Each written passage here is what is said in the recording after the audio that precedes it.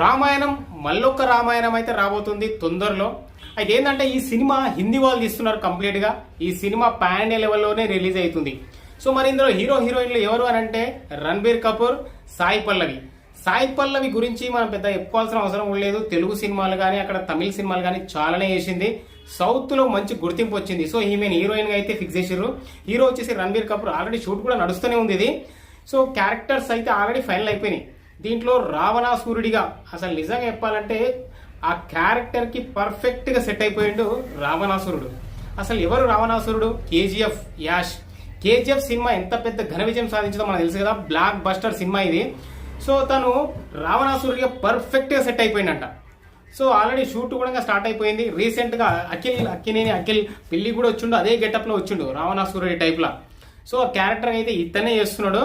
మరి ఇంతకు ముందు అయితే ఆదిపురుష్ అని చెప్పేసి ఓ సినిమా చేసిర్రు, ప్రభాస్ ని పెట్టి మొత్తం జడ దుబ్బిరని చెప్పొచ్చు.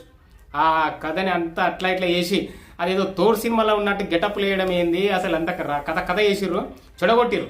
సో మరి ఈసారైనా నితేష్ తివారీ మంచిగా డైరెక్షన్ చేస్తాడని చెప్పేసి ఎక్స్పెక్ట్ అయితే చేస్తున్నాం చాలా మంది హిందూస్ అంతా కూడా.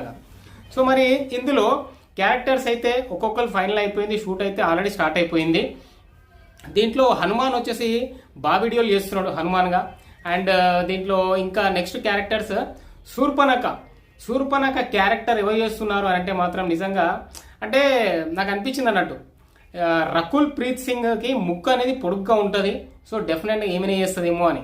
ప్రియాంక చోప్రాని ఫస్ట్ అడిగారంట. ఇంకా ఆమె వేరే వేరే ప్రాజెక్టులు ఉన్నాయి, SSME 29 ఉంది, చాలా సినిమాలు ఉన్నాయి. సో అవన్నీ ఉండడం వల్ల ఇంకా నా వల్ల కాదు, టైం దొరకదు, నాకు చేయలేను, డేట్స్ చేయలేను అని చెప్తే రకుల్ ప్రీత్ సింగ్ అడిగితే ఆమె ఓకే చేసిందంట. అంటే రావణుడి చెల్లెలుగా శూర్పణఖ క్యారెక్టర్ అయితే ఈమె చేస్తుంది. సో యాక్చువల్గా ఏంటంటే మన రామాయణంలో రాముడు వెంట పడుతూ ఉంటుంది అన్నట్టు ఈమె నన్ను పెళ్లి చేసుకో అని చెప్పేసి, ఆయన అందాన్ని అంతా చూసి ఎవరు శూర్పణఖ సీతను వదిలేసి నాతో రా అని చెప్పేసి అప్పుడు కోపం వస్తుంది అన్నట్టు. సో లక్ష్మణుడు ఈమెను చూసి ఈమె ఎందుకు ఇంత వెంట పడుతుంది, సీతకి ఏమైనా అపకారం చేస్తుందేమో అని చెప్పేసి ఈమెను ఏం చేస్తారంటే ముక్కు కోస్తాడు. యాక్చువల్గా మనకు ఆదిపురుషులు ఏంటంటే జస్ట్ బాణం వదిలితే ముక్కుకు తగులుతుంది అన్నట్టు అట్లా చూపించారు.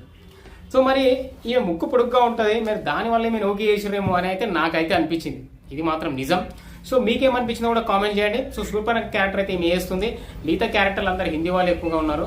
ఇంకా సో మరి తెలుగు వాళ్ళకి సంబంధించి ఎవరు లేరు. ఒక KGF యాష్, సాయి పల్లవి వీళ్ళు మాత్రమే ఉన్నారు. సో ఈ సినిమాని చాలా బాగా తీద్దామని ప్లాన్ చేస్తున్నారు. అంటే కొత్త కొత్త ప్రయోగాలు ఏం చేయకుండా మంచిగా ఒక రాజులాగా, రాముడిని రాజులాగా చూపించాలి రాజ్యానికి. తను ఫేస్ చేసిన అనుభవాలు కావచ్చు, లేకపోతే రావణాసురుడిని సీతను ఎట్లా అపహరించడం అనేది చాలా బాగా చూపిద్దామని చెప్పేసి అయితే అనుకుంటున్నారంట. సో సినిమా అయితే చాలా బాగా వస్తుంది. షూట్ ఆల్రెడీ స్టార్ట్ అయిపోయింది, నడుస్తుంది.